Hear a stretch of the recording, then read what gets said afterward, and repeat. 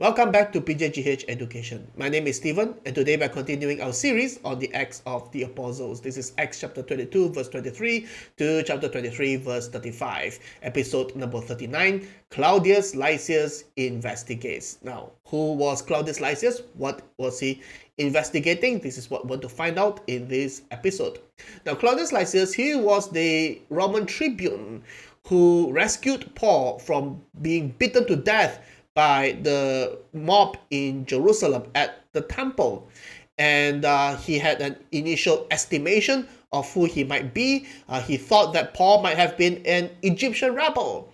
And then when having more conversation with Paul, he came to know that Paul was an educated man from Tarsus. But why is it that people were shouting at him like that? Well, Paul requested to speak to his people. Well, of course, he was speaking in a language that the tribune did not understand, so he didn't know what happened. But all he knew was that at the end of all of that, people were very, very upset at him, ready to kill him. All Paul said was that Jesus was sending me to the Gentiles, and they said, away with him. This person does not deserve to live. And so, as they were shouting and throwing off their cloaks and flinging dust into the air, the tribune ordered him to be brought into the barracks, saying that he should be examined by flogging to find out why they were shouting against him like this. But when they had stretched him out for the whips, Paul said to the centurion who was standing by, "Is it lawful for you to flog a man who is a Roman citizen and uncondemned?" When the centurion heard this, he went to the tribune and said to him, "What are you about to do? For this man is a Roman citizen." So Cicero said it is a crime to bind a Roman citizen. To scourge him is a wickedness. To put him to death is almost parricide. So the tribune was in serious trouble if Paul turned out to be a Roman citizen. So the tribune came and said to him, "Tell me, are you a Roman citizen?" And he said, "Yes." The tribune answered, "I bought this citizenship for a large sum." But then the question at the back of your mind is that why would the tribune believe Paul when Paul claims to be a Roman citizen? Well, a Roman citizen is given something like an identity card, some kind of a wooden artifact that would show that he was indeed a Roman citizen, usually given, it's called a military diploma.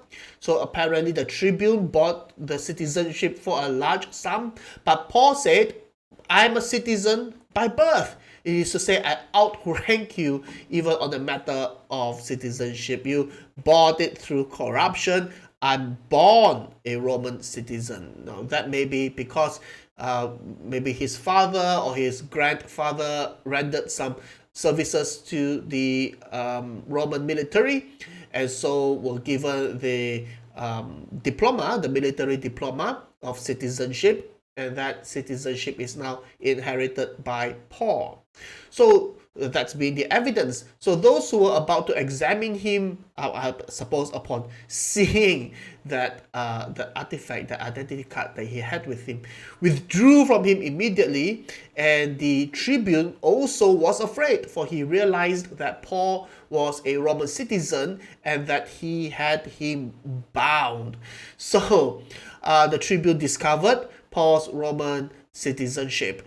Now, but on the next day, desiring to know the real reason why Paul was being accused by the Jews, he unbound him and commanded the chief priests and all the council to meet, and he brought Paul down and set him before them. Right, you tell me, I want to investigate into the case against Paul. Why were the Jews accusing him of this and that, deserving of death? Did he break any Roman law? Should he be crucified? So what do we, of course, being a Roman citizen now, he understand that he's a Roman citizen, he'll never be crucified, but should we throw him to prison, behead him? What did he do? Basically, why did he deserve death? And so he gathered the leaders of the Jews, the chief priests, the council, the Sanhedrin, and set Paul before them to see what happens.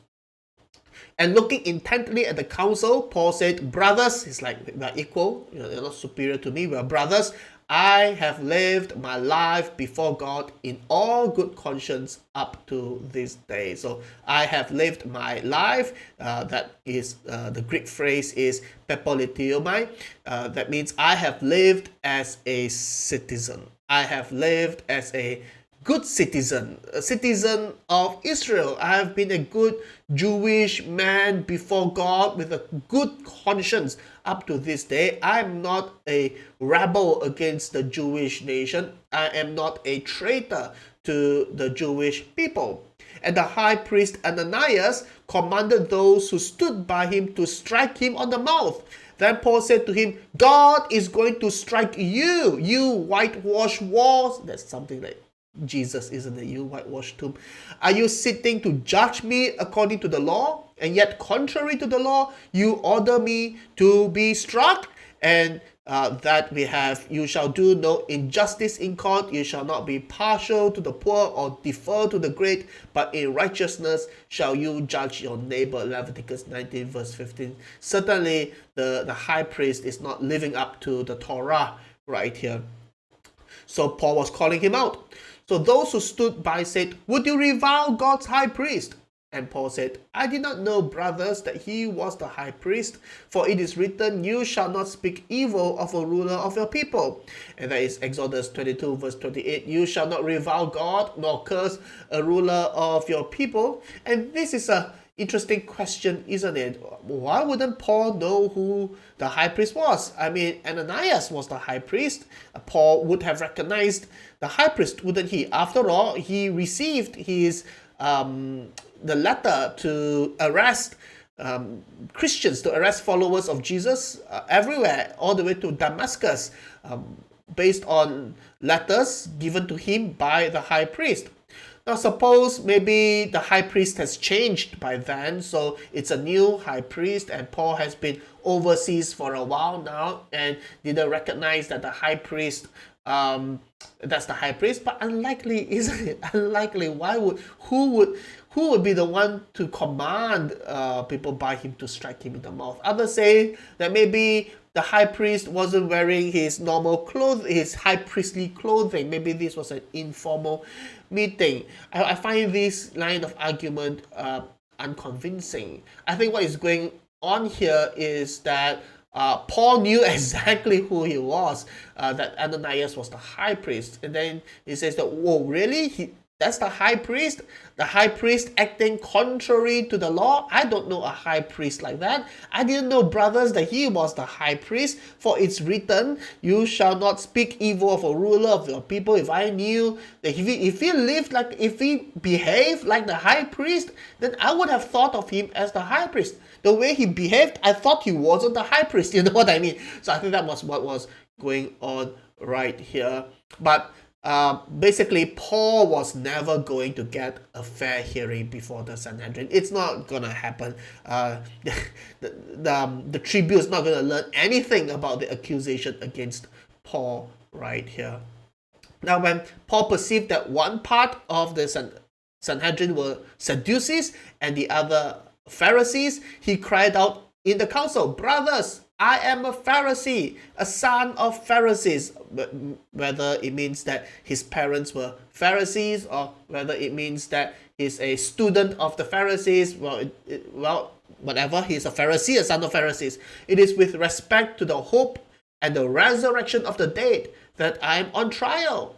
And when he had said this, a dissension arose between the Pharisees and the Sadducees, and the assembly was divided. For the Sadducees say that there is no resurrection, no angel, no spirit, but the Pharisees acknowledge them all. So basically there's these two groups, right? The Sadducees say there's no resurrection from the dead. The Pharisees says, yes, there's the resurrection from the dead.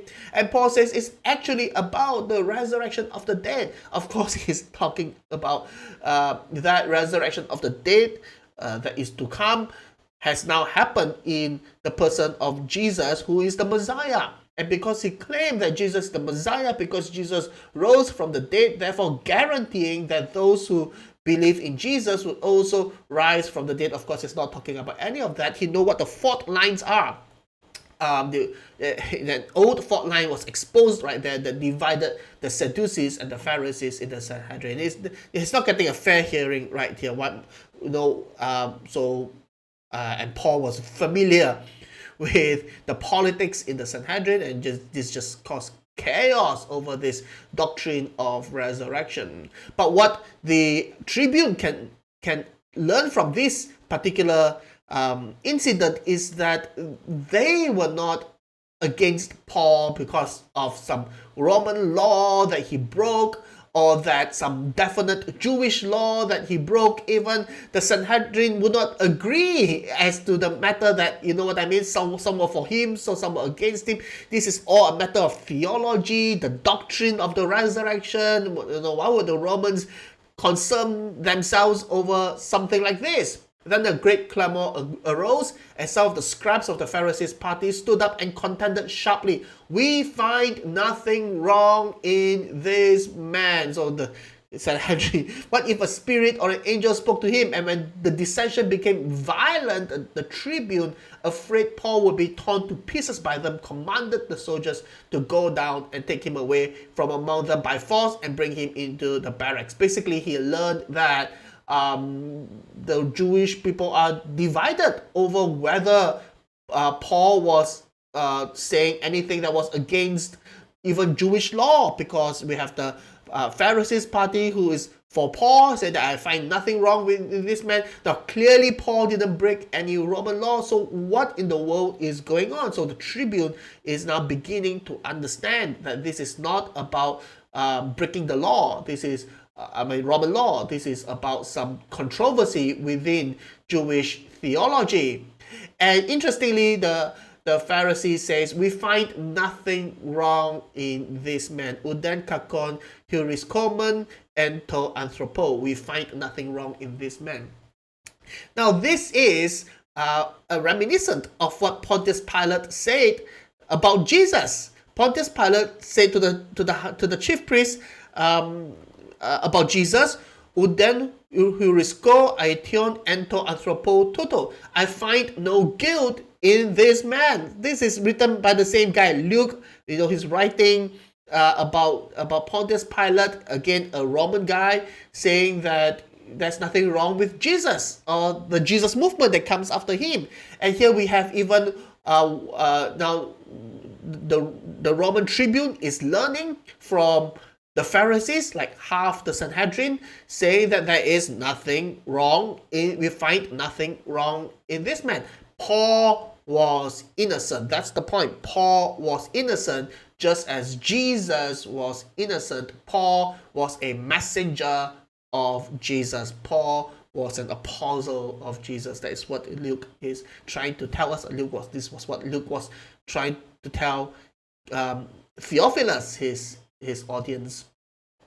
The following night, the Lord stood by him and said, take courage, for as you have testified to the facts about me in Jerusalem, so you must testify also in Rome. So the following night, the Lord stood by him. Nobody was standing by him at that time.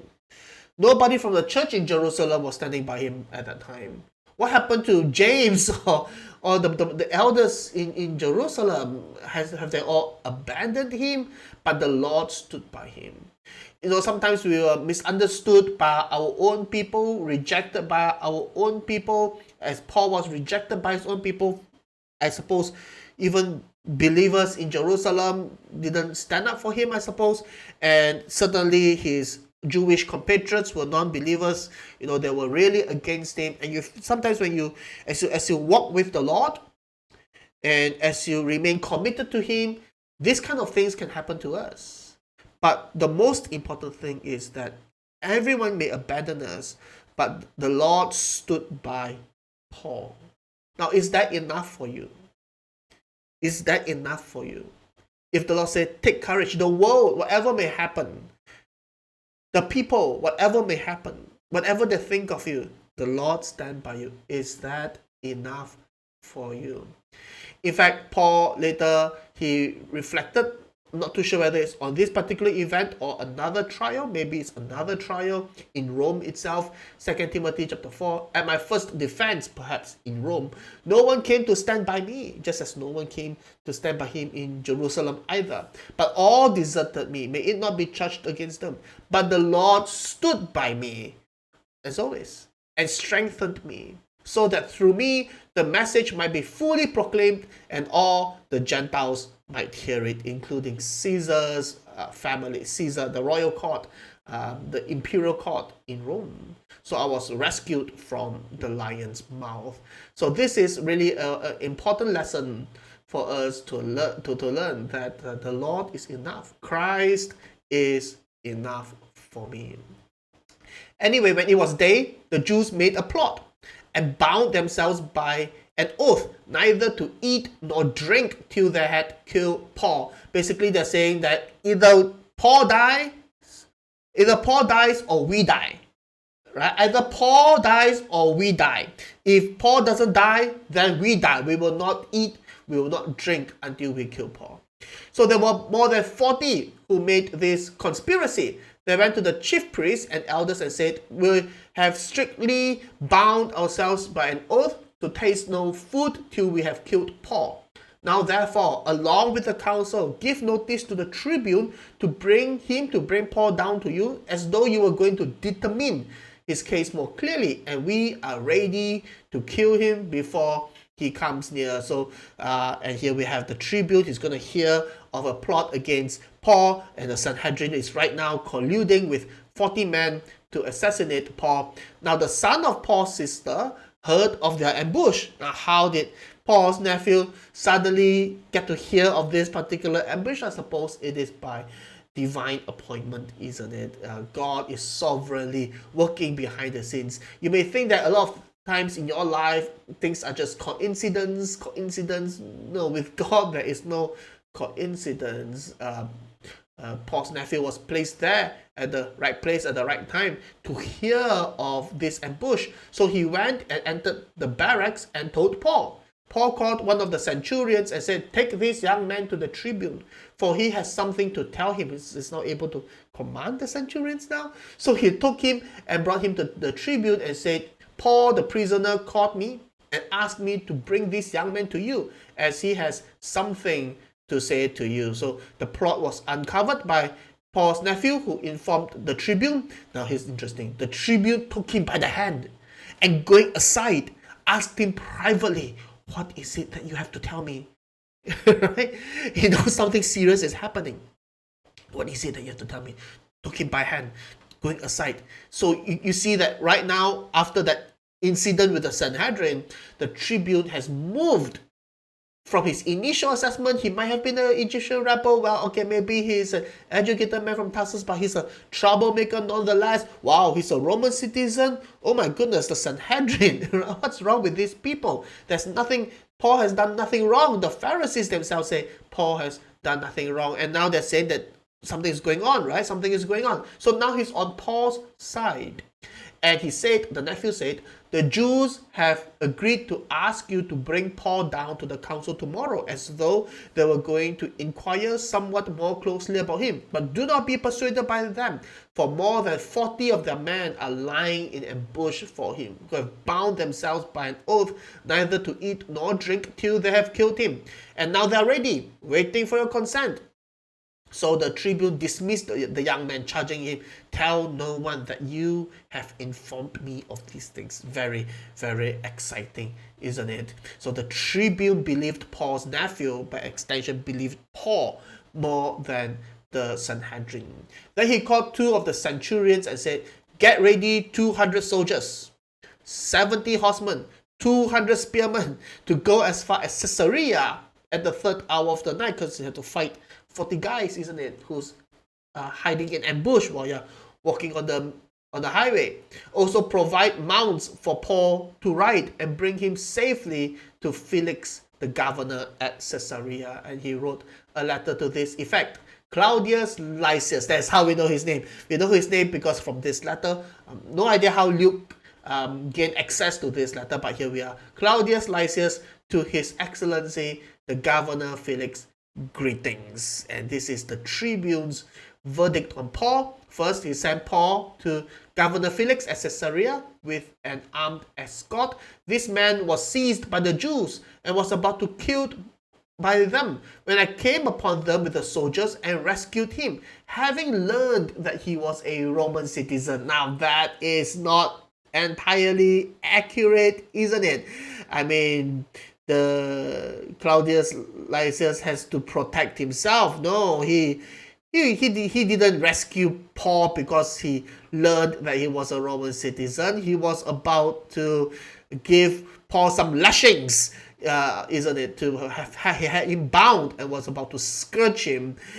Then only he learned that he was a Roman citizen, and if he were to do that, then he would be in trouble. So I guess he kind of like changed up the story a little and said that, I came upon them with the soldiers, rescued him, having learned that he was a Roman citizen.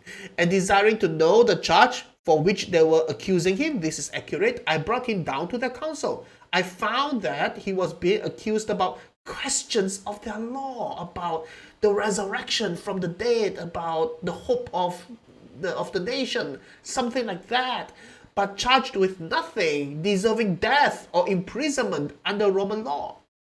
And when it was disclosed to me that there would be a plot against the man, I sent him to you at once, ordering his accusers also to state before you what they have against him. So the tribune, this is very important, concluded that Paul did not break any Roman law. And he's an important witness, because you see, eventually Paul would make his appeal to Rome. And so he needs to defend himself in Rome to the imperial court.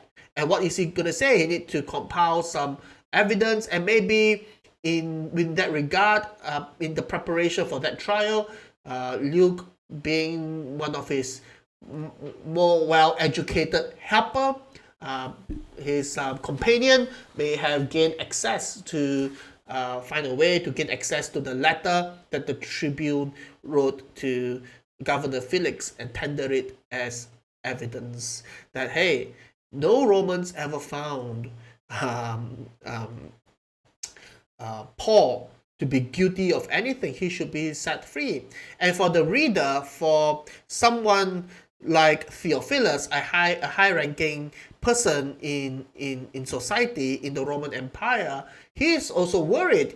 Jesus, he was crucified on the Roman cross. Nobody gets crucified on the Roman cross unless you cause a big problem, right? You are a big trouble to the Roman Empire itself. You are a trouble to the Roman peace. And so, will you really follow this man who was crucified by the Roman authorities? Isn't that seditious? And so, in the Gospel of Luke, Luke records for us that Pontius Pilate, who is the Roman prefect, so the Romans themselves would say that I find nothing wrong with this man. I find nothing guilty about this man. No guilt in Jesus. So they had him crucified anyway because of internal conspiracy among the Jewish people. And so by using the same phrase right here, Luke is telling Theophilus that this is the same thing. There's nothing wrong with what Paul is preaching or who Jesus represents. But again, this is another internal conspiracy and controversy among the Jewish people about questions about their law. And so you should feel free to be a follower of Jesus. You need not fear the wrath of Rome. And that is a practical point, a practical implication that we have to bear in mind in ensuring the free dissemination or the free propagation of the gospel of Jesus Christ. So the soldiers, according to their instructions, took Paul and brought him by night to Antipatris, and on the next day they returned to the barracks, letting the horsemen go on with him. When they had come to Caesarea and they delivered the letter to the governor, they presented Paul also before him. Or maybe another way that Luke had access to it is that this letter to the governor was preserved as evidence that was eventually brought together with the soldiers in charge of Paul to bring to Rome. Anyways, on reading the letter, he asked what province he was from. Hopefully, it's none of my business. And when he learned that he was from Cilicia, or Cilicia, which is basically under his jurisdiction, so he can't push this problem away. Because when you read the letter, you go, oh my goodness, this is trouble. I know this Jewish chief priest and this Sanhedrin, they are nothing but trouble. They don't care about Roman law. They only care about their own law, which is not and things that's illegal in their law. It has got nothing to do with Roman law. So this is nothing but trouble. Can I not do this? But when he learned that Paul was under his jurisdiction, then he says, okay, I will give you a hearing when your accusers arrive. And he commanded him to be guarded in Herod's praetorium. And so that's what we're going to be looking at in the next episode, what's going to happen with Paul in his trial under Governor Felix. When his accusers arrive from Jerusalem, what's going to happen? And we're going to take a look at that in the next episode. And until then, God bless.